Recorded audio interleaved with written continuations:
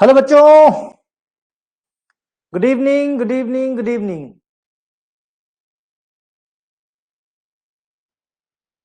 Yes, good evening.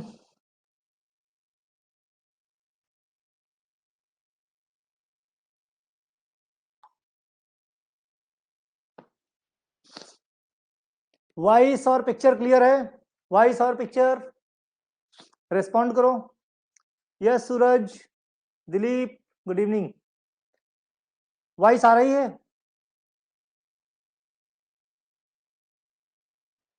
कोई तो बता दो भाई, वॉइस आ रही कि नहीं। ये तो बहुत नाइंसाफी हो गई, तुम लोग बताते नहीं हो। Yes Hrithik, all clear, good good good good. चलो भाई, एचएपी का यूनिट नंबर सेकंड है।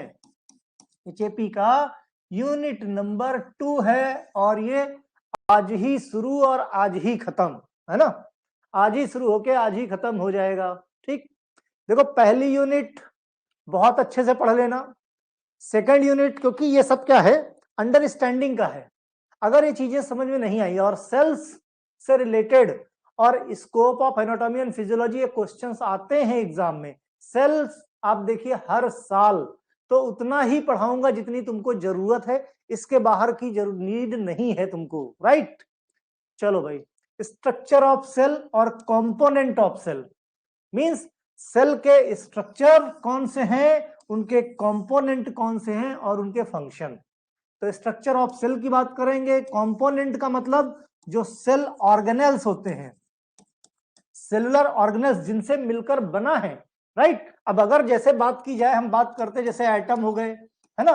एटम से मिलके मॉलिक्यूल बने, मॉलिक्यूल मिलके ऑर्गेनेल्स बने, है ना। ये हुआ ना कि पहले सेल बनी कि ऑर्गेनेल्स बने, तो पहले सेलुलर ऑर्गेनेल्स बने। तो एटम, मॉलिक्यूल और इसके बाद सबसे छोटा, इसके बाद इससे बड़ा क्या है, ऑर्गेनेल्स। और ऑर्गेनेल्स मिलके भाई सेल्स बने, सेल्स मिलके टिश्यू बने, राइट। टिश्यू बन मिलके ऑर्गन बने, ऑर्गन मिलके ऑर्गन सिस्टम बना, ठीक है।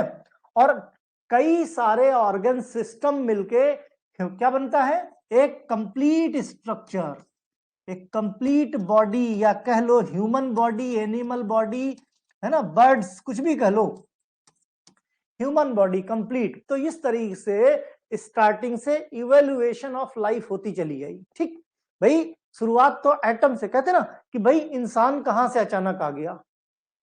तो पहले एटम्स, एटम से मॉलिक्यूल, मॉलिक्यूल से ऑर्गेनेल्स, ऑर्गेनेल्स मिलके सेल बने, सेल मिलके टिश्यू, में टिश्यू मिलके ऑर्गन बने, ऑर्गन मिलके ऑर्गन सिस्टम, और फिर जाके कंप्लीट ह्यूमन स्ट्रक्चर बनता है, राइट। तो इस तरीके से अगर देखा जाए तो जहां पे लाइफ सबसे पहले आई, लाइफ तब सबसे पहले आई तो स्ट्रक्चरल, भाई देखो हमारी जो बॉडी है वो किससे मिलकर बनी है, वो बनी है किससे, ये सेल से मिलकर। मींस कह सकते हो कि जैसे कोई दीवार बनाने के लिए ईंटें की जरूरत होती है, कोई दीवार बनाने के लिए काहे की जरूरत पड़ती है, ईंटें की जरूरत पड़ती है, राइट। उसी तरीके से कोई भी बॉडी बनाने के लिए, कोई भी टिश्यू बनाने के लिए किसकी जरूरत पड़ती है, सेल्स की जरूरत पड़ती है। तो सेल्स हमारी ह्यूमन बॉडी का डिस्प्ले ऊपर का कट जा रहा है, ओके। अभी बताओ, यस अभी कुछ ठीक है सूरज, अभी तो नहीं कट रहा है। हाँ बोलो, अभी ठीक है।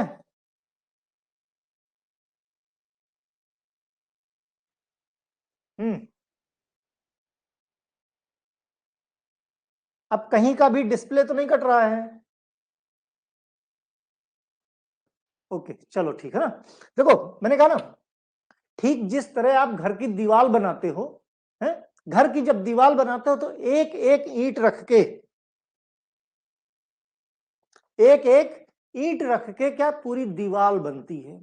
तो घर का अगर तुम स्ट्रक्चरल यूनिट लोगे, स्ट्रक्चरल यूनिट तो क्या होगी, वो एक सिंगल ईंट होगी, ब्रिक जिसको बोलते हैं।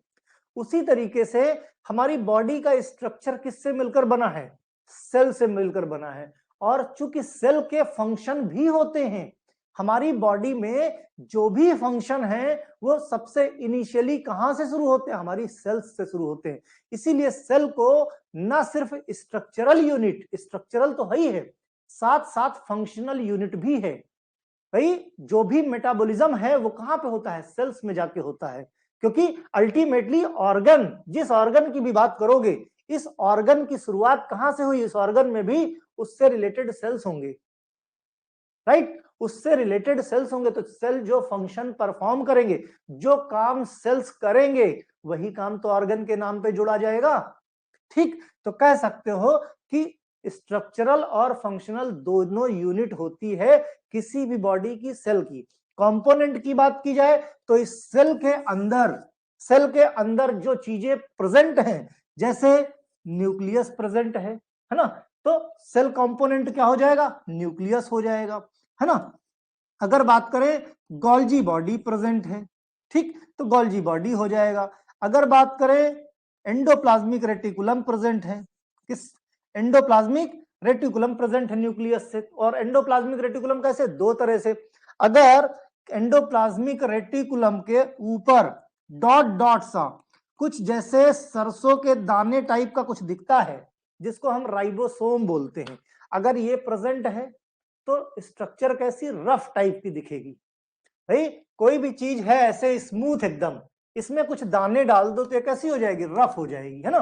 तो उसी तरीके से कंप्लीट स्मूथ एंडोप्लाज्मिक रेटिकुलम ही है, लेकिन जहां पे राइबोसोम प्रेजेंट है तो उसको हम रफ एंडोप्लाज्मिक रेटिकुलम, और जहां राइबोसोम नहीं प्रेजेंट है वहां हम स्मूथ एंडोप्लाज्मिक रेटिकुलम की बात करेंगे। और क्या होगा न्यूक्लियस के अंदर, न्यूक्लियोलस होता है ना, न्यूक्लियोलस होगा।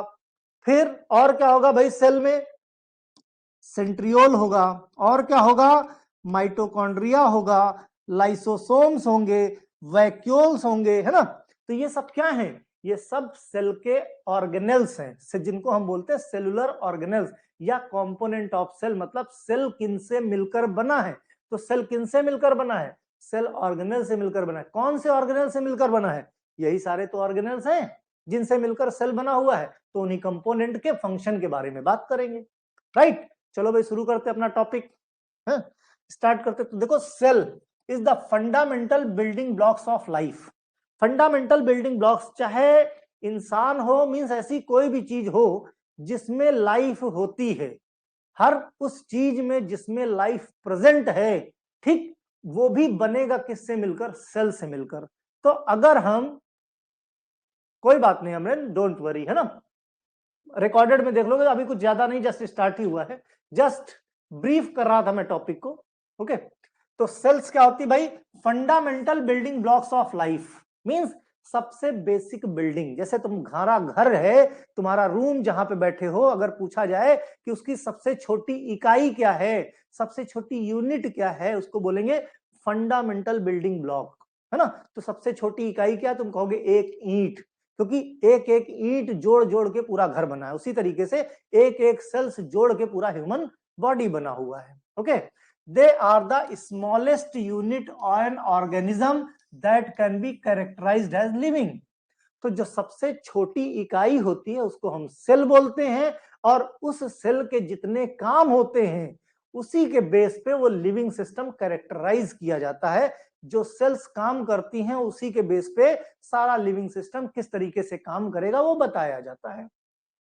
Human and many other organism are multicellular, they are consist of multiple cells. देखो दो तरह की सेल्स होती हैं, एक होती है यूनिसेलुलर, यूनि मतलब एक, भाई एक होती है यूनिसेलुलर, है ना, और एक होती है multi cellular. Multi cellular, multi का मतलब बहुत सारा, सेलुलर का मतलब सेल्स, बहुत सारे सेल्स जहां पे होंगे उसको हम मल्टी सेलुलर बोलेंगे। यूनि का मतलब एक, तो यूनिसेलुलर जहां पे एक सेल की बात होगी उसको हम यूनिसेलुलर बोलेंगे, राइट। तो अभी हम बात करेंगे कौन सी सेल्स यूनिसेलुलर हैं, कौन सी मल्टी सेलुलर है आगे चल के। Unicellular macro organism, organism consist of only one cell. जैसे ओनली वन सेल, जैसे बैक्टीरिया हो गया, एल्गी हो गया, फंजाई हो गया। Where from the first of life earth about 3 से 4 मिलियन ईयर एगो। कहते 3 से 4 मिलियन, 30-40 लाख साल पहले जब लिविंग सेल्स का इनिशिएशन हुआ था तो कहते हैं वो एक सिंगल सेल, पहले क्या आया, सबसे पहले एक सेल आया। तो सबसे पहले सिंगल सेल यानी यूनिसेलुलर ऑर्गेनिज्म बने, धीरे धीरे एडवांसमेंट होते होते मल्टी सेलुलर बने, फिर धीरे धीरे एडवांसमेंट होते होते फिर tissue level, organ level, organ system level, इस तरीके से एडवांस होता गया और आज की डेट में देख लो रिजल्ट है। ओके, रॉबर्ट हुक ने सबसे पहले डिस्कवर किया था सेल को 1665 में। कितने किया था? रॉबर्ट हुक ने। लेकिन ऐसा नहीं था कि उनका कोई कॉन्सेप्ट ऐसा था कि हम सेल ढूंढ रहे हैं। वो क्या बेसिकली कॉर्क पे स्टडी कर रहे थे।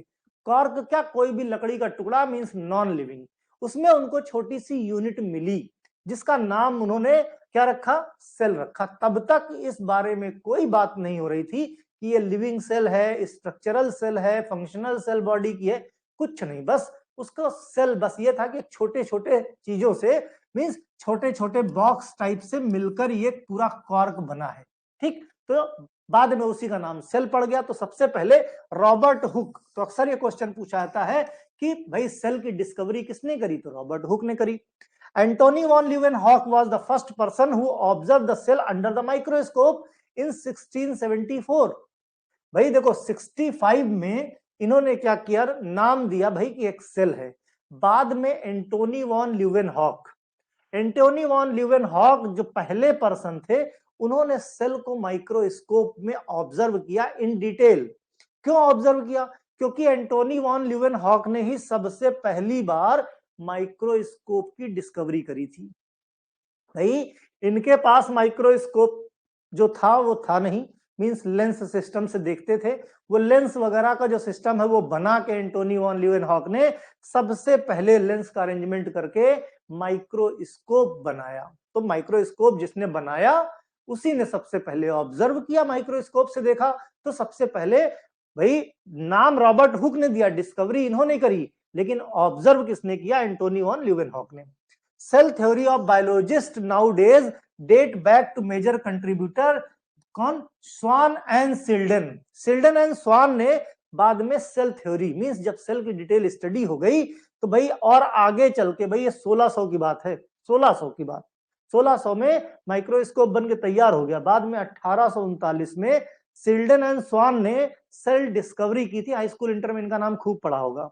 ये ठीक इनहेंसमेंट बाय द विर्चो, बाद में जो साइंटिस्ट थे विर्चो, 1858 में इनके काफी सारे जो है सेल्स को लेकर डिस्कवरीज हुई हैं, मींस काफी कंट्रीब्यूशन रहा है इन लोगों का। Basis of element classical theory stated that, क्या इनकी थ्योरी क्या थी? All living things are composed of cell. जितने भी दुनिया में लिविंग सेल्स हैं वो किससे मिलकर बने हैं? सेल से मिलकर बने हैं। और क्या कहा? Cells are the basic structural and functional unit of living cell.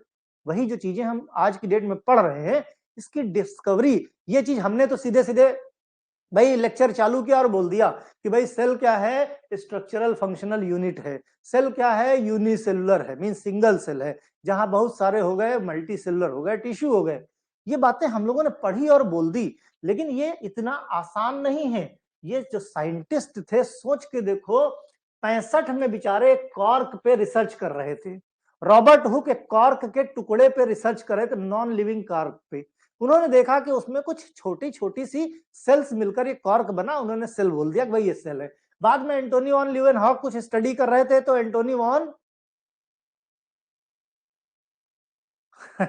बाद में एंटोनी वॉन ल्यूवेनहॉक ने क्या किया था? उन्होंने भाई पहले क्या, अब ऐसा तो है नहीं, ध्यान से समझने की कोशिश करो, रॉबर्ट हुक ने नेकेड आई से तो सेल देखा नहीं। सोचने वाली बात है कि 1800 मीन 1674 में एंटोनी वॉन ल्यूवेनहॉक ने अपना माइक्रोस्कोप बनाया। अब जब माइक्रोस्कोप बनाया इन्होंने, तब जाके सेल पे ऑब्जर्वेशन किया, सब को ऑब्जर्व किया। लेकिन ये रॉबर्ट हुक, सोच के देखो, इनके पास तो माइक्रोस्कोप भी नहीं था, फिर भी एक नॉन लिविंग टुकड़े में इन्होंने सेल देख लिया। कैसे देख लिया? लेंस तो पहले भी था ना। अब लेंस, माइक्रोस्कोप में क्या होता है? लेंस ही तो होता है। लेंस के अरेंजमेंट होते हैं कि भाई इस पे नहीं दिख रहा, थोड़ा जूम कर लो, है जूम आउट कर लो, दूसरा लेंस 10x लगा लो, नहीं दिख रहा 100x लगा लो, तो ये ऑप्शन बने। तो माइक्रोस्कोप जो आज तुम देखते हो ऐसा एंटोनी वॉन ल्यूवेनहॉक का माइक्रोस्कोप बिल्कुल नहीं था। एंटोनी वॉन ल्यूवेनहॉक का माइक्रोस्कोप कुछ जैसे बैट होता है ना, बैट बॉल होता है, उस तरीके से क्रिकेट के बैट के जैसा था। यहाँ पे बीच बीच में लेंस के अरेंजमेंट थे। अगर बाहुबली मूवी देखी हो तुम लोगों ने तो उसमें जो लेंस का इस्तेमाल किया गया कि यहां से उठाया दूसरा लेंस रख दिया। इवन चश्मा टेस्ट कराने जाते हो मशीन से नहीं, पहली वाली टेक्निक से, तो जो ऑप्टिशियन होता है वो क्या करता है, एक एक लेंस बदलता रहता है। अच्छा बताओ अब दिख रहा है, दूसरा लेंस बदला, अब दिख रहा है, अब दिख रहा है। इस तरह का इन्होंने माइक्रोस्कोप बनाया था। ठीक, उससे इन्होंने स्टडी करी। अब उसके बेस पे फिर जब इन लोगों ने सारा काम कर लिया तो जो रॉबर्ट विर्चो थे, फिर इन्होंने एक क्लासिकल थ्योरी बताई कि भाई जितनी भी सेल्स हैं वो सब जितना भी मींस लिविंग बॉडी है वो सेल से मिलकर बना है। ठीक, जो भी बेसिक यूनिट है किसकी, किसी भी लिविंग सेल्स की, वो क्या है, हमारी स्ट्रक्चरल फंक्शनल यूनिट उसकी, मींस स्ट्रक्चर भी सेल और फंक्शन भी सेल का। ठीक है, फंक्शन अभी देखेंगे। ऐसा नहीं कि आपकी बॉडी ने हाथ ऐसे घुमा लिया, एनर्जी आपकी बॉडी बना रही। आपकी बॉडी में सबसे जो छोटी जो सेल है, उस सेल में जाके मेटाबॉलिज्म होता है। डाइजेस्टिव सिस्टम मैं ऑलरेडी पढ़ा चुका हूं, अगर उसको तुम देख लोगे तो तुमको एकदम क्लेरिफिकेशन हो जाएगा। राइट, तो cells are produced from other cells. अब जो सेल्स होती है वो दूसरी सेल से प्रोड्यूस होती, क्यों होती है, क्योंकि भाई मल्टीप्लीकेशन होता है, दो दो से चार, चार से 16 बनती चली जाती है। ओके, फिर अब देखो जो सेल्स होती है वो दो तरह की होती हैं। जो सेल्स होती है दो तरह की, एक प्रोकैरियोट सेल, एक यूकैरियोट सेल। प्रो मतलब होता है प्रिमिटिव, मींस प्रिमिटिव मतलब पुराने जमाने का, पी से पुराने जमाने का। यूकैरियोटिक मतलब भाई ट्रू सेल्स हो गई। मीन तो प्रोकैरियोटिक प्रिमिटिव टाइप की, मींस जिनके पास शुरुआती स्टेज का न्यूक्लियस था। और न्यूक्लियस कैसा, न्यूक्लियस प्रिमिटिव था। प्रिमिटिव में मतलब न्यूक्लियस तो था लेकिन वो वेल अरेंज नहीं था। सेल के अंदर न्यूक्लियस था, न्यूक्लियस वेल अरेंज नहीं था। किसी चीज को वेल अरेंज कौन करता है भाई, ध्यान से देखो कि घर में बच्चों के खिलौने होते हैं, है ना, बच्चे खेलते खिलौने फैल जाते हैं, फैल जाते हैं।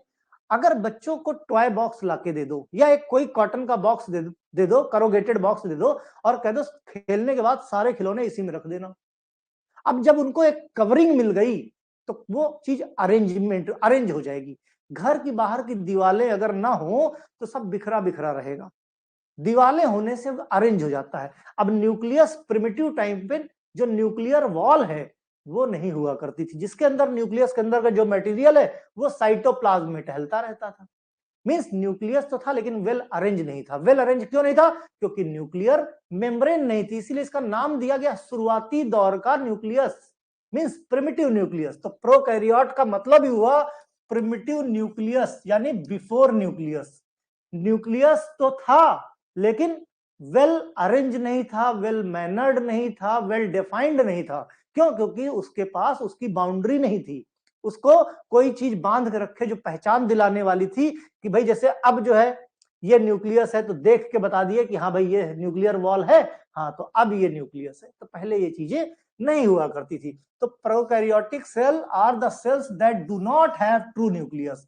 प्रोकैरियोटिक और यूकैरियोटिक में फर्क ही यही है, बेसिकली नाम से ही सिर्फ और सिर्फ डिफरेंस। देखो यूनिसेलुलर मल्टी सेलुलर ये सब बाद की बात है, जो मेन डिफरेंस आता है कि cell wall difference, cell wall है नहीं है, ये सब बात। मेन जो मीनिंग है प्रोकैरियोट का, primitive, primitive nucleus means without membrane bound nucleus. Nucleus के पास उसका जो उसके ऑर्गेनेल्स थे वो मेम्ब्रेन बाउंड नहीं थे। ठीक है, तो ये मेन बेसिक डिफरेंस है। Cell in which the nucleus is not well organized called prokaryotic cell. Nucleus well organized नहीं था, उसी को हम प्रोकैरियोटिक सेल बोलते हैं। There are no nuclear membrane. क्यों नहीं था, न्यूक्लियर मेम्ब्रेन नहीं थे, जिसकी वजह से जो न्यूक्लियर मटेरियल है वो बिखरा बिखरा था। Therefore, the nuclear material in prokaryotic cell in direct contact in cytoplasm, जिसकी वजह से सेल है, सेल के अंदर क्या रहता है, जेली लाइक स्ट्रक्चर रहता है, जिसको हम क्या बोलते हैं, साइटोप्लाज्म बोलते हैं, साइटोप्लाज्म बोलते हैं। अब जैसे वाटरमेलन देखा है ना, तरबूज, तरबूज को बीच से काट दो, ठीक, तो तरबूज में दिखेगा क्या, सीड लगे हुए ढेर सारे, ऐसे ऐसे तरबूज में सीड दिखेंगे। ठीक, अब जब सेल को हम देखते हैं तो सेल भी ऐसे ही दिखेगा। इसके अंदर क्या है, जो मेन पार्ट होता है जिसके अंदर सीड बने हुए होते हैं, तो जो मेन पार्ट उसको हम साइटोप्लाज्म बोलते हैं, और जो सीड होते हैं उनको बोल सकते हो कि वो क्या है, सेल ऑर्गेनेल्स हैं, है ना। कहीं पे माइटोकॉन्ड्रिया है, कहीं पे न्यूक्लियस है, कहीं लाइसोसोम है, कहीं गाल्जी बॉडी है, कहीं राइबोसोम है, एंडोप्लाज्मिक रेटिकुलम है, रफ एंडोप्लाज्मिक रेटिकुलम, वैक्यूल्स हैं। तो ढेर सारे जो भी सेल ऑर्गेनेल्स होते हैं वो बिल्कुल वाटरमेलन टाइप स्ट्रक्चर होता है। Okay, therefore the nuclear membrane prokaryotic. Indirect contact क्या, अब जब न्यूक्लियर मेम्ब्रेन नहीं है तो जाहिर सी बात है जितने भी इसके अंदर के ऑर्गेनेल्स होंगे वो कांटेक्ट में किसके आ जाएंगे, साइटोप्लाज्म के आ जाएंगे। Organism having prokaryotic cell are prokaryotes. तो ऐसे ऑर्गेनिज्म जिनमें प्रोकैरियोटिक सेल्स हैं, कैसे पता चलेगा प्रोकैरियोटिक सेल्स हैं, उनमें वेल डिफाइंड न्यूक्लियस नहीं है। तो ऐसे ऐसे लिविंग ऑर्गेनिज्म जिसमें प्रोकैरियोटिक सेल्स होती है उनको हम प्रोकैरियोट्स बोलते हैं। Prokaryotic cells are more primitive than eukaryotic. Prokaryotic सबसे पहले के हैं, ज्यादा पुराने होते हैं in comparison to eukaryotic. Okay, prokaryotic cells are represented by क्या है, bacteria, blue green algae, mycoplasma, pleuropneumonia like organism, ये सब क्या है, इनको हम प्रोकैरियोटिक सेल बोलते हैं। अक्सर शॉर्ट नोट में प्रोकैरियोट पूछ लेते हैं। Okay, they are the generally smaller और multiply more rapidly than eukaryotic. भाई जाहिर की बात है, प्रोकैरियोटिक प्रिमिटिव टाइप के हैं तो छोटे होंगे, और जो छोटे होते हैं वो ज्यादा फास्ट होते हैं, तो रैपिड और रैपिड मल्टीप्लिकेशन होता है इन कंपैरिजन टू आपके यूकैरियोटिक। मैं very the gently shape and size. अब जाहिर सी बात है, शेप एंड साइज जो है, एक ही सेल है तो अलग अलग तरीके की शेप एंड साइज होती हैं। 4 बेसिक शेप्स ऑफ बैक्टीरिया, जैसे रॉड लाइक शेप्ड की जो बैक्टीरिया होती है उसको बैसिलस बोलते हैं। स्फेरिकल शेप की जो होती है उसको कॉकस बोलते हैं। जो कॉमा शेप की बैक्टीरिया होती है उसको विब्रियो बोलते हैं, और स्पाइरल शेप की जो होती है उसको स्पाइरिलम बोलते हैं। तो ये 4 तरह के बेसिक शेप पाए जाते हैं प्रोकैरियोटिक बैक्टीरिया में। Organism organization of the prokaryotic cell fundamentally similar, everything through the exhibit wide variety of shape and function. तो इनके जो शेप एंड फंक्शन है वाइड वैरायटी के हैं, और मेनली बेसिकली डिफरेंस क्या, प्रिमिटिव न्यूक्लियस। अगर डिफाइन किया जाए एक सिंगल लैंग्वेज में कि भाई प्रोकैरियोटिक सेल है तो इनमें न्यूक्लियस प्रिमिटिव होता है। प्रिमिटिव न्यूक्लियस क्या होता है, विदाउट वेल डिफाइंड न्यूक्लियस, है ना, न्यूक्लियर मेम्ब्रेन। कैरेक्टरिस्टिक क्या है भाई प्रोकैरियोटिक सेल के, तो prokaryotic cell are different characteristic feature. Different characteristic feature होता है characteristic of the prokaryotic cell. क्या क्या हो सकता है, सबसे मेन न्यूक्लियर मेम्ब्रेन नहीं होती, न्यूक्लियर मेम्ब्रेन नहीं होती। Mitochondria, Golgi body, chloroplast and lysosome ये भी एब्सेंट होते हैं, ये भी एब्सेंट है। जेनेटिक मटेरियल प्रेजेंट तो रहता है, लेकिन कैसे रहेगा, साइटोप्लाज्म में रहेगा, और कैसा रहेगा, सिंगल रहेगा, सिंगल रहेगा। ओके, हिस्टोन प्रोटीन, अब हिस्टोन प्रोटीन कहां होती है, इसी जो क्रोमैटिन थ्रेड है इसको जो जोड़ने वाली सीढ़ी होती है ये हिस्टोन प्रोटीन की बनी हुई होती है। Important constituent eukaryotic chromosome lacking in them. तो इसमें जो बेसिकली जो यूकैरियोट में होती है हिस्टोन प्रोटीन, इसमें नहीं होती। Okay, cell wall is made up of carbohydrate. अब जो सेल वॉल होती है वो काहे की बनी हुई होती है, जो ये सेल वॉल है किसी भी बैक्टीरिया या वायरस या प्रोकैरियोट्स की, वो काहे की कार्बोहाइड्रेट और अमीनो एसिड की बनी होती है, जिसका नाम होता है पेप्टिडोग्लाइकन। उसी को नाम देते हैं peptidoglycan, peptidoglycan, right. Plasma membrane act as the mitochondria. अब जो इसकी प्लाज्मा, भाई माइटोकॉन्ड्रिया अगर नहीं है तो जाहिर बात फिर इनका, भाई माइटोकॉन्ड्रिया को power house of the cell बोलते हैं, एनर्जी कौन बनाएगा। तो जो इनका जो साइटोप्लाज्म है, साइटोप्लाज्म जिसमें जो है साइटोप्लाज्म कवर्ड रहता है, साइटोप्लाज्मिक मेम्ब्रेन जिसको हम प्लाज्मा मेम्ब्रेन बोलते हैं, इसी के अंदर ये एक्ट करती है, act as the mitochondria. Means जो भी काम माइटोकॉन्ड्रिया में हो रहे हैं वो सारे काम कौन करेगा, साइटोप्लाज्म करेगा। तो अल्टीमेटली बात क्या निकल के आती, साइटोप्लाज्म तो है, माइटोकॉन्ड्रिया भी है, राइट, लेकिन माइटोकॉन्ड्रिया भी वेल डिफाइंड उसकी कवरिंग नहीं है। इसीलिए जो उसके अंदर जितने भी प्रोसेस होते हैं वो आप ये नहीं कह सकते कि ये यहाँ पे माइटोकॉन्ड्रिया है। भाई यूकैरियोट में तुम देखोगे कुछ इस तरीके का जूते जूते चप्पल टाइप का माइटोकॉन्ड्रिया दिखता है, दिखता है नहीं दिखता है। तो अब जब सेल की बात की जाए तो इसके अंदर ये ऐसे नहीं दिखेगा, नहीं दिखा, क्यों नहीं दिखेगा? क्योंकि इसकी जो कवरिंग है वो वेल डिफाइंड नहीं है। तो साइटोप्लाज्म ही, साइटोप्लाज्मिक मेम्ब्रेन माइटोकॉन्ड्रिया की तरह काम करती है। The region of the cytoplasm having chromosome, जिसको बोलते हैं न्यूक्लियोइड। तो साइटोप्लाज्म के जिस एरिया में, साइटोप्लाज्म के जिस एरिया में न्यूक्लियोइड्स होते हैं, ठीक, या क्रोमैटिन थ्रेड्स होते हैं, क्रोमोसोम्स होते हैं, उसी को बोलते हैं nucleoids. DNA is not bound by the nuclear envelope. भाई जब न्यूक्लियस ही नहीं है तो जो डीएनए या क्रोमैटिन थ्रेड है वो भी नेकेड फॉर्म में पड़ा हुआ होगा, ठीक। राइबोसोम की बात करें, साइट राइबोसोम क्या काम करता है? भाई प्रोटीन सिंथेसिस का काम करता है। इन कंपैरिजन भाई जो यूकैरियोट होता है, यूकैरियोट में कैसा बड़ा राइबोसोम होता है, प्रोकैरियोटिक में कैसा 70s वाला होता है। दो तरह के होते हैं, तो 70s राइबोसोम रहता है आपका प्रोकैरियोट में। अगर हम यूकैरियोट की बात करें तो 80s राइबोसोम, 80s राइबोसोम होता है। Some prokaryotes cell possess flagellum. Flagellum काहे के लिए? मूवमेंट के लिए। भाई ऐसे सेल्स होती है उनमें फ्लैजिला लगा होता है। ये काम क्या करती है? ये मूवमेंट के लिए, मींस मूवमेंट इधर उधर आने जाने के लिए। Cell wall of the some bacteria has the pili. Pili क्या है? सिंगुलर स्ट्रक्चर होता है एक तरह का। इसमें क्या ऐसे करके पिलाई लगे हुए होते हैं जो साइज में छोटा होता है। क्या इससे फर्क ये पड़ता है कि जो रेप्लिकेशन होता है दूसरी सेल के साथ, दूसरी सेल के साथ ये पिलाई से कनेक्ट होते हैं। कैसे कनेक्ट होंगे? इसी पिलाई के थ्रू जेनेटिक मटेरियल का एक्सचेंज होता है। इसी पिलाई के थ्रू दो सेल्स का, दो प्रोकैरियोटिक सेल्स का जेनेटिक मटेरियल का एक्सचेंज होता है, ठीक है। Volume of prokaryotic cell less than of the complex cell. जाहिर सी बात है कॉम्प्लेक्स सेल जो है नहीं होगा, बिल्कुल सिंपल सेल होता है। क्यों? क्योंकि इसके पास न्यूक्लियस नहीं होता है या न्यूक्लियर मेम्ब्रेन वेल डिफाइंड नहीं होता। अब हम बात करते हैं फाइनली एडवांस सेल की, जिसको हम बोलते हैं यूकैरियोटिक सेल, जिसके पास वेल डिफाइंड न्यूक्लियर मेम्ब्रेन होती है। Eukaryotic cells are cells that contain membrane bound nucleus and organelles. तो जितने भी ऑर्गेनेल्स होंगे वो भी मेम्ब्रेन बाउंड होंगे, जो न्यूक्लियस होगा वो भी न्यूक्लियर मेम्ब्रेन बाउंड होगा। ओके, तो अगर हम यूकैरियोट बोलते हैं, यू मतलब ट्रू, कैरियन मतलब न्यूक्लियस। ट्रू न्यूक्लियस जिसके पास होता है उसको यूकैरियोट बोलते हैं। प्रिमिटिव न्यूक्लियस जिसके पास होता है उसको हम प्रोकैरियोट बोलते हैं। ओके, सेल हैविंग द, अब जो जो वहां पे नहीं है वो सब यहाँ पे है। ये तो एडवांस हो गया, तो यहाँ पे तो हर चीज है। तो cell having nuclear membrane material enclose by the nuclear membrane, जिनको हम यूकैरियोटिक सेल बोलते हैं। Eukaryotic cells have the proper and well organized nucleus होता है इनके पास। न्यूक्लियर मटेरियल जो होता है वो क्या रहता है? सीधा कांटेक्ट में नहीं होता साइटोप्लाज्म के। क्यों? क्योंकि न्यूक्लियर मेम्ब्रेन, न्यूक्लियर मटेरियल जो न्यूक्लियस के अंदर मटेरियल होता है वो न्यूक्लियर मेम्ब्रेन के कांटेक्ट में होता है, और न्यूक्लियर मेम्ब्रेन के बाहर साइटोप्लाज्म है। तो साइटोप्लाज्म से इसके अंदर के मटेरियल का कांटेक्ट नहीं हो पाता, क्योंकि बीच में बैरियर है न्यूक्लियस की बाहर की nuclear membrane.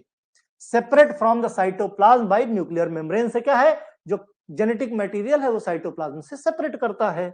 Amoeba cell is the eukaryote cell because it has the proper. अब देखो अमीबा क्या यूनिसेलुलर है, ठीक। तो सारे के सारे यूनिसेलुलर प्रोकैरियोट नहीं हो सकते।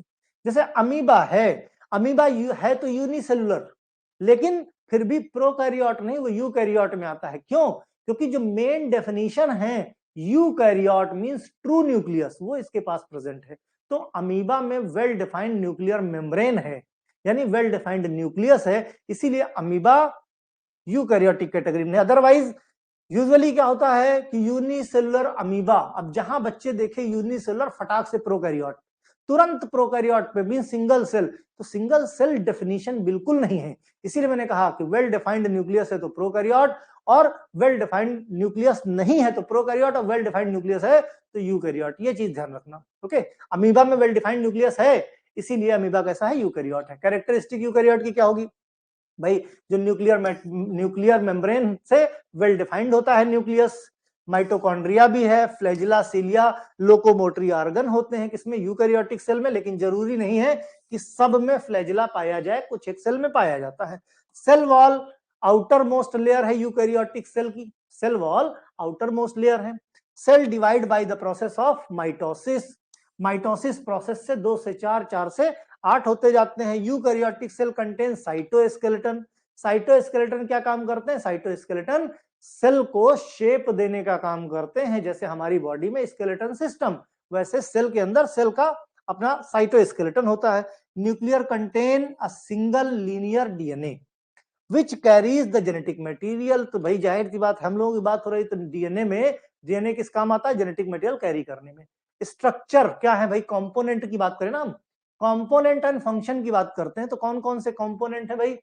Basically cell membrane, nucleus, cytoplasm, cell organelles, कुछ और हो गए, mitochondria, endoplasmic reticulum, Golgi body, ribosome, lysosome. दो चीजें पूछ लेते हैं। पोस्ट ऑफिस किसको बोलते हैं? पोस्ट ऑफिस मतलब गोल्जी ऑपरेटस को पोस्ट ऑफिस बोलते हैं। पावर हाउस किसको बोलते हैं? माइटोकॉन्ड्रिया को बोलते हैं। ये चीजें ध्यान रखना। पोस्ट ऑफिस क्यों बोलते हैं? पोस्ट ऑफिस का क्या काम होता है? चिट्ठी पहुंचाने का।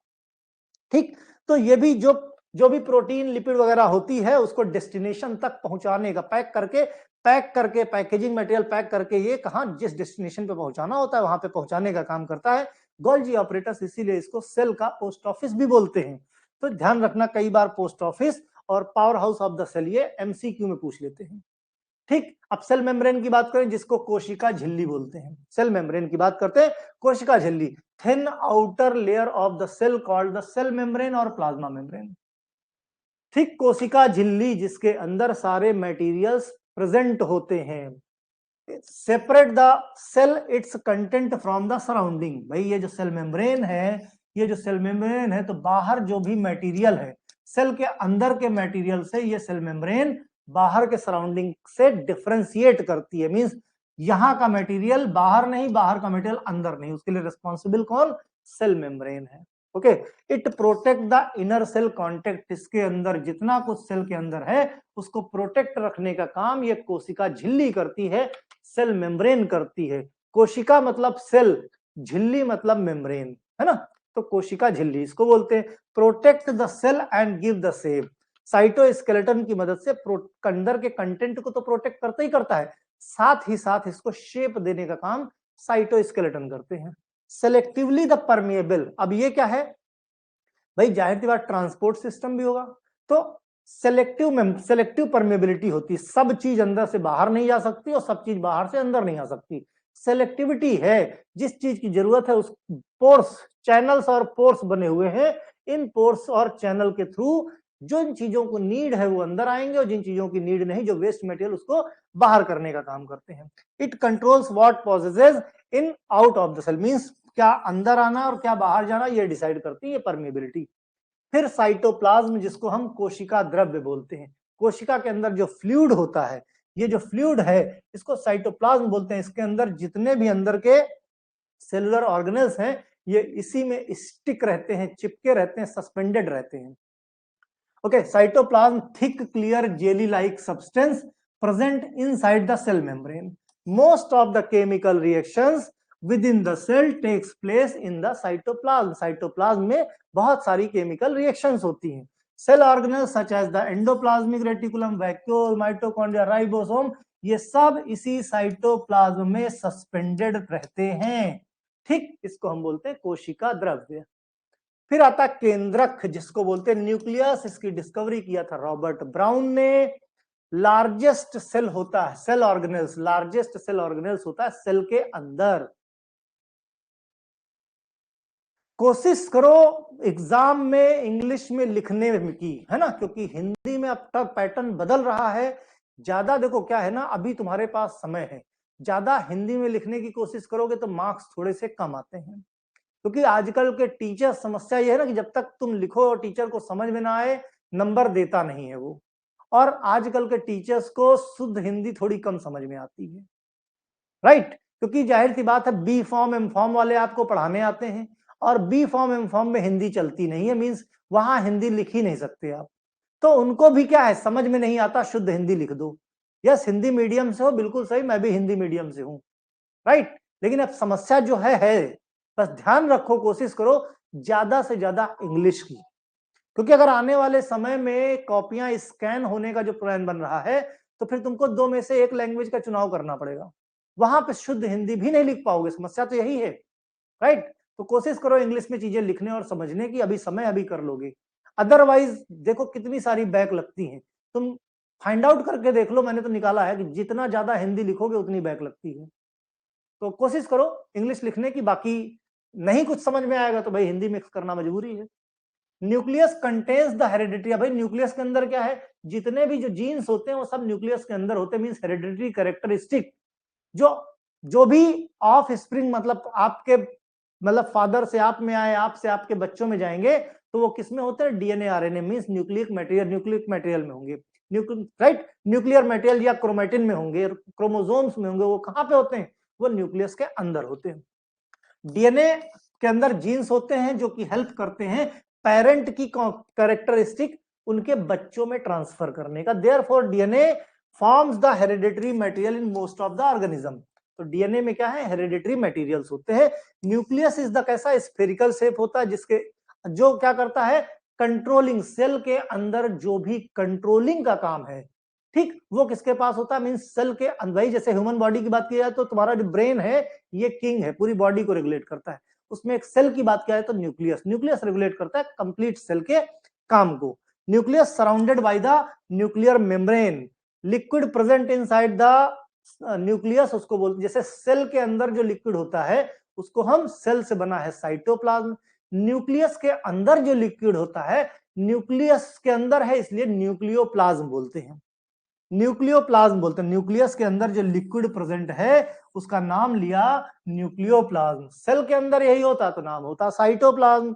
Nucleus and cytoplasm together makeup the protoplasm, है ना। तो न्यूक्लियस और साइटोप्लाज्म, न्यूक्लियस भाई इसके अंदर क्या है, साइटोप्लाज्म, और यहाँ क्या है, न्यूक्लियस, ये सब कुछ मिलके क्या बना लेते हैं, हमारा प्रोटोप्लाज्म।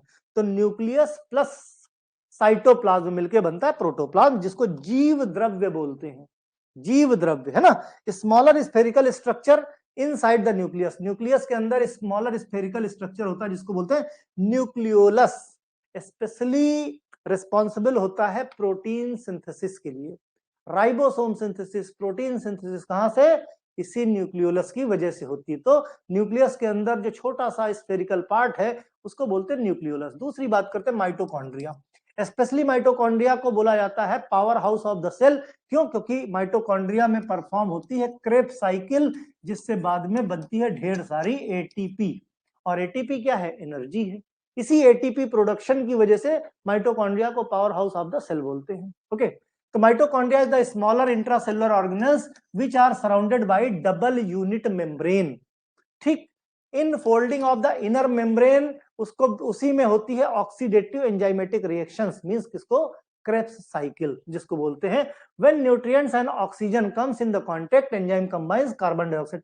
अब जब न्यूट्रिएंट्स में क्या, ग्लूकोज हो गया तुम्हारा, है ना, ग्लूकोज से ग्लाइकोलिसिस होगी, ग्लाइकोलिसिस में एंड प्रोडक्ट होता है पायरुविक एसिड, पायरुविक एसिड जाता है तुम्हारा क्रेब्स साइकिल में, बाद में कब कार्बन डाइऑक्साइड निकलता है, और वाटर। तो कार्बन डाइऑक्साइड कैसे, ये जो हम मींस ऑक्सीजन लेते हैं और कार्बन डाइऑक्साइड छोड़ते हैं, तो कार्बन डाइऑक्साइड कहाँ बनता कहाँ पे है, तो ये जो क्रेब्स साइकिल है, क्रेब्स साइकिल से बनता कार्बन डाइऑक्साइड। मींस इस सेल ने, सोच के देखो इस सेल ने कितना सारा काम किया, इसमें जो माइटोकॉन्ड्रिया है, इसीलिए कहते हैं फंक्शनल यूनिट एनर्जी बनाएगा, और जो वेस्ट मटेरियल है कार्बन डाइऑक्साइड वो फिर लोड कर देगा ब्लड में, और हम एक्सेल करके बॉडी से बाहर निकाल देते हैं, ठीक है।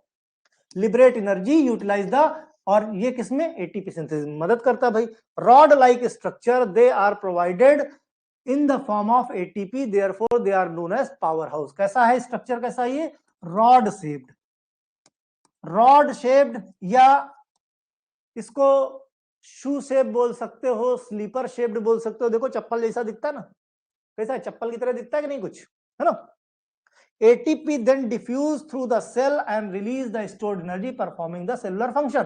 तो ये फिर बाद में जाती कहां पे, हमारी सेल से डिफ्यूज होती है और हमारी बॉडी को एनर्जी मिलती, जिसकी वजह से, इसी पावर हाउस की वजह से, इसी की वजह से भाई जो मैं पढ़ा पा रहा हूं, जो मैं बोल पा रहा हूं, तुम पढ़ पा रहे हो, ये सब एनर्जी कहां से आ रही है, इसी माइटोकॉन्ड्रिया से आ रही है। माइटोकॉन्ड्रिया में क्या होता है, क्रेब्स साइकिल होता है, राइट, वहां से एटीपी, और यही एटीपी काम करती है और हमको एनर्जी देने के लिए। फिर बात करते हैं राइबोसोम की। राइबोसोम को हम प्रोटीन फैक्ट्री बोलते हैं। प्रोटीन सिंथेसिस होती जॉर्ज ई पैलेडे। जॉर्ज ई पैलेडे ने जो है इसका डिस्कवरी की थी, इसकी राइबोसोम की। राइबोसोम क्या बहुत छोटे हैं, देखो यहीं पे यूप्रोकैरियोट हमने पढ़ा था जिसमें 70s 50 + 30 का रेशियो है ना, नीचे वाली स्मॉलर यूनिट 30, ऊपर वाली 50, और यूकैरियोटिक 80s 40 + 60, राइट। तो इस तरह से tiny structure found in attach the surface of endoplasmic reticulum, जिसकी वजह से एंडोप्लाज्मिक रेटिकुलम को रफ एंडोप्लाज्मिक रेटिकुलम बोलते हैं। इसका और ऐसा नहीं है कि खाली आपके एंडोप्लाज्मिक रेटिकुलम में ही होंगे, ऐसा नहीं है, जो साइटोप्लाज्म है उसमें भी ये राइबोसोम स्कैटर्ड बिखरे हुए होते हैं, ठीक। और बात धीरे धीरे करके ये देखो इससे क्या बनते हैं, राइबोसोम क्या बनाते हैं, धीरे धीरे करके अमीनो एसिड बनाते हैं, और अमीनो एसिड मिलके क्या बनती है, group of an amino acid is protein. Okay, फिर बात करते हैं गोल्जी बॉडी की, जिसकी डिस्कवरी की थी कैमिलियो गोल्जी ने। इसको पोस्ट ऑफिस या transport system of the body बोलते हैं। मींस जो एंडोप्लाज्मिक, देखो ये न्यूक्लियस है, ध्यान से समझना। ये देखो ये तुम्हारा न्यूक्लियस है, क्या है न्यूक्लियस, न्यूक्लियस से सटा हुआ तुम्हारा एंडोप्लाज्मिक रेटिकुलम है, न्यूक्लियर वॉल से ही सटा हुआ तुम्हारा एंडोप्लाज्मिक रेटिकुलम है। एंडोप्लाज्मिक रेटिकुलम में क्या है, ये देखो ये राइबोसोम्स है, ये राइबोसोम्स जो बनाते हैं क्या, प्रोटीन सिंथेसिस, क्या करते हैं, प्रोटीन बनाते हैं। ये प्रोटीन निकल निकल के देखो यहाँ पे जो ट्रांसपोर्ट वैक्यूल्स हैं उसमें जाके स्टोर हो जाती हैं, और वहां से ये जो गोल्जी ऑपरेटस है वो ले लेता है और इसकी पैकिंग करता है। पैकिंग करके देखो सेल के बाहर निकालने तक का काम गोल्जी ऑपरेटस का रहता है। मींस सीमा रेखा के बाहर बाहर कर दिया इसने, अब ये प्रोटीन जहां पे भी जरूरत होगी वहां पे पहुंच जाएगी, राइट। तो इसीलिए इसको क्या बोलते हैं, ये पैकिंग करके डेस्टिनेशन तक पहुंचाने, मींस सेल से बाहर जो प्रोटीन सिंथेसिस हुई उसको बाहर करने का काम करता है, ठीक। तो पैकेजिंग करके प्रोटीन और लिपिड दोनों को सेल के से बाहर करने का काम कौन करता है, Golgi operators. Cytoplasm contains large number of the membranous sac, large number of membranous sac like structure होते हैं, पाइप लाइक स्ट्रक्चर होते हैं, जिनको गोल्जी बॉडी बोलते हैं। Golgi operators responsible for transporting, modifying, packing of protein, means packaging भी करता है, ट्रांसपोर्ट का काम है ना भाई, तो पैकिंग भी करेगा, और लिपिड, प्रोटीन और लिपिड को, और इनको क्या है, डिलीवरी का काम, डिलीवरी कहां से, सेल के अंदर बना, इसको सेल के बाहर तक पहुंचाने का काम गोल्जी ऑपरेटर्स का होता है, ठीक। फिर एंडोप्लाज्मिक रेटिकुलम की बात करें, जिसको skeletal system of the cell भी बोलते हैं। भाई देखो न्यूक्लियस से जुड़ा हुआ है, न्यूक्लियस से जुड़ा हुआ है। देखो शुरुआत में क्या है, शुरुआत में रफ एंडोप्लाज्मिक रेटिकुलम, और बाद में जहां पे राइबोसोम नहीं प्रेजेंट है उसको देखो कंप्लीट जो है ये क्या है, ये एंडोप्लाज्मिक रेटिकुलम है। बस ये है कि जहां जहां पे ये राइबोसोम प्रेजेंट है उसको हमने रफ एंडोप्लाज्मिक बोल दिया, और जहां राइबोसोम प्रेजेंट नहीं है उसको हमने स्मूथ बोल दिया, बस इतना फर्क है, ठीक। Foldable membrane attach to nucleus, और न्यूक्लियस से जुड़ा होता है, protein formation by ribosome. Rough endoplasmic reticulum synthesis of protein के लिए रिस्पॉन्सिबल है, स्मूथ एंडोप्लाज्मिक किसके लिए, लिपिड के लिए। फॉस्फोलिपिड प्लाज्मा मेम्ब्रेन की जो फॉस्फोलिपिड होती है और स्टेरॉइड है उसके लिए रिस्पॉन्सिबल कौन, स्मूथ एंडोप्लाज्मिक रेटिकुलम। प्रोटीन के लिए रिस्पॉन्सिबल कौन, rough endoplasmic reticulum. Lipid, phospholipid के लिए रिस्पॉन्सिबल कौन, स्मूथ एंडोप्लाज्मिक रेटिकुलम, राइट। तो इस तरीके से एंडोप्लाज्मिक रेटिकुलम। फिर बात करते हैं लाइसोसोम की, डी दुवे, इन्होंने जो है इसकी डिस्कवरी की थी। लाइसोसोम जो है इसको सुसाइडल बैग बोलते हैं। इसका काम क्या है, इसका काम है धमकाना, ये धमकाता रहता है, धमकाता मतलब धमकी देता रहता है। सेल के अंदर बहुत सारे सेल ऑर्गेनल्स हैं, और ये पूरे उस सेल में घूमता रहता है और सीधा बोलता है कि देखो सब लोग बढ़िया से काम करो, जो बढ़िया काम नहीं करेगा उसके ऊपर मैं फट जाऊंगा। मींस उसको मैं, क्योंकि इसके अंदर हाइड्रोलिटिक एंजाइम्स होते हैं, मींस तेजाब होता है कह सकते हो। जो सेल्स बीमार हो जाती हैं, जो सेल्स बीमार हो गई या कोई नहीं सही तरीके से काम कर पा रही हैं, ये क्या करता है, उसके ऊपर जाके फट जाता है, उसको मार देता है। तो lysosome is membrane bound cell organelle that contains digestive enzyme, जिसको बोलते हैं hydrolytic enzyme. They break down the excess worn out cell part, worn out मतलब जो खराब सेल के पार्ट हो गए हैं। They may be used to destroy invading virus, even कोई बैक्टीरिया सेल अगर बाहर से आ रही है, ठीक, तो उसको भी मारने का काम यही करते हैं bacteria. If cell damage beyond the repair, अगर कोई सेल डैमेज हो गई है रिपेयर नहीं हो सकती, तो अब वो क्या है, वो वेस्ट हो गई। तो साइटोप्लाज्म क्या करता है, उसको उसके ऊपर सेल्फ डिस्ट्रक्शन, इसीलिए बोलते हैं सुइसाइडल बैग, उसके ऊपर जाएगा और अपने आप को फाड़ देगा, तो सारा का सारा तेजाब उस सेल के अंदर और उस सेल को खत्म, है ना। तो सुइसाइडल बैग की तरह बेसिकली लाइसोसोम आरबीसी में नहीं, RBC do not have the lysosome, है ना, लाइसोसोम नहीं होते कहां पे, आरबीसी सेल्स में। ओके, एक ठीक है। लाइसोसोम, फिर बात करते हैं वैक्यूल्स की, है ना। ये देखो, ये जो सेल है तुम्हारी, इस तरह की वैक्यूल्स पैकेट्स बने हुए थे सेल में।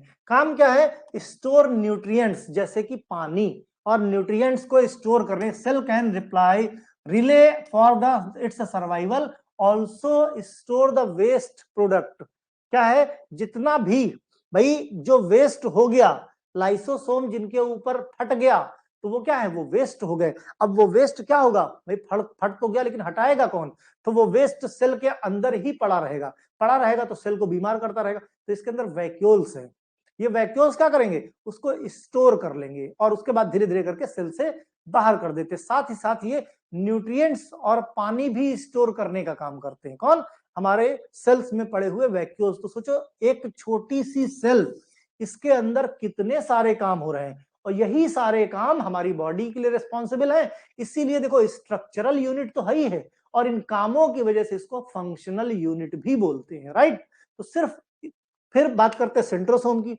सेंट्रोसोम रिस्पॉन्सिबल होता है सेल डिवीजन के लिए, ठीक है। सेल डिवीजन के लिए रिस्पॉन्सिबल कौन, सेंट्रोसोम होता है, राइट। इस तरीके से सेल डिवीजन होता चला जाता है, इसके लिए रिस्पॉन्सिबल सेंट्रोसोम होता है। और यही सेंट्रोसोम में कभी कभी एबनॉर्मेलिटी हो जाती है, तो 2 से 4 बननी है, बन जाते हैं 2 से 4,000। तो जिसकी वजह से होगा क्या, कहीं पर भी ग्रोथ हो जाती है, कहीं पे भी मींस सेंट्रोसोम अनकंट्रोल्ड हो गया, उसको एक मैकेनिज्म से काम करना है, 2 से 4, 4 से 8 बनाना है। वो क्या कर रहा है, 2 से 4,000 बना रहा है, 4 से 10,000 बना रहा है, 10 से 50,000 बना रहा है। तो मींस अनकंट्रोल्ड सेल डिवीजन, जिसको बोलते हैं ट्यूमर। क्या बोलते हैं, ट्यूमर सेल्स। और अगर उसका समय रहते इलाज नहीं किया गया, तो वही बाद में कैंसरस सेल में कन्वर्ट हो जाता है। तो कैंसर के लिए अगर कहा जाए सेल के अंदर रिस्पॉन्सिबल कौन, तो सेंट्रोसोम होता है। इसीलिए भाई हर कोई क्या बोलते हैं कि हर किसी के अंदर कैंसरस सेल होती हैं, कहा जाता ना, किसी के अंदर जग जाती है, किसी के अंदर सोती रहती हैं। तो कैंसरस सेल कहां है, वो यही सेंट्रोसोम। जितनी सेल होती हैं, हर सेल में सेंट्रोसोम प्रेजेंट होता है। और सेंट्रोसोम का एक मैकेनिज्म होता है मल्टीप्लिकेशन का। अगर यही सेंट्रोसोम गड़बड़ कर जाए, ये खाली जो नर्व सेल्स है उसमें नहीं होता सेंट्रोसोम, इसीलिए नर्व सेल का डिवीजन नहीं होता, राइट। तो ये सेल्स जो हैं, इसीलिए कभी भी तुमने नर्व सेल का कैंसर नहीं सुना होगा, राइट।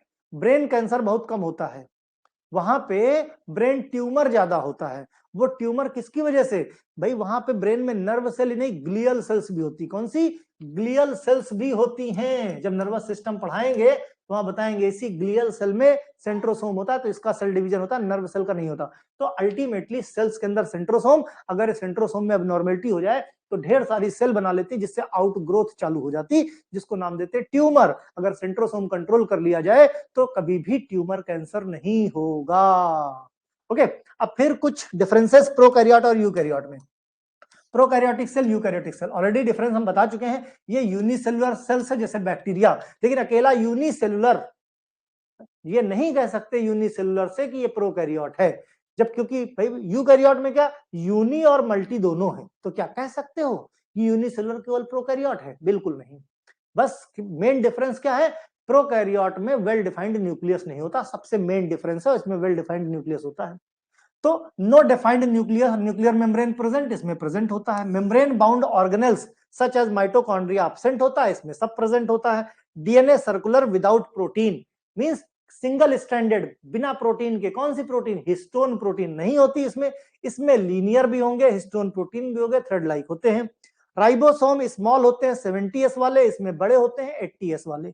ठीक, reproduction by the asexual method, दूसरे की जरूरत नहीं पड़ती, ये एसेक्सुअल और सेक्सुअल दोनों तरीके से होते हैं। ओके, तो ये कुछ कॉमन डिफरेंसेस थे जो पूछ लिए जाते हैं, बाकी बीच में मैंने पढ़ाया वो ये सारी चीजें वहीं पे डिफाइन कर दी थी। ठीक है, तो सेल में इससे ज्यादा सेकंड यूनिट में आपको कुछ भी पढ़ने की जरूरत नहीं है। ओके, पढ़ते रहो। अगर अच्छा लगता है वाकई में तो अपने साथियों को और जो साथ के लोग हैं उनको शेयर करो, चैनल का लिंक सब्सक्राइब करवाओ, है ना। चलो भाई बाय, कुछ समस्या हो तो पूछ लेना।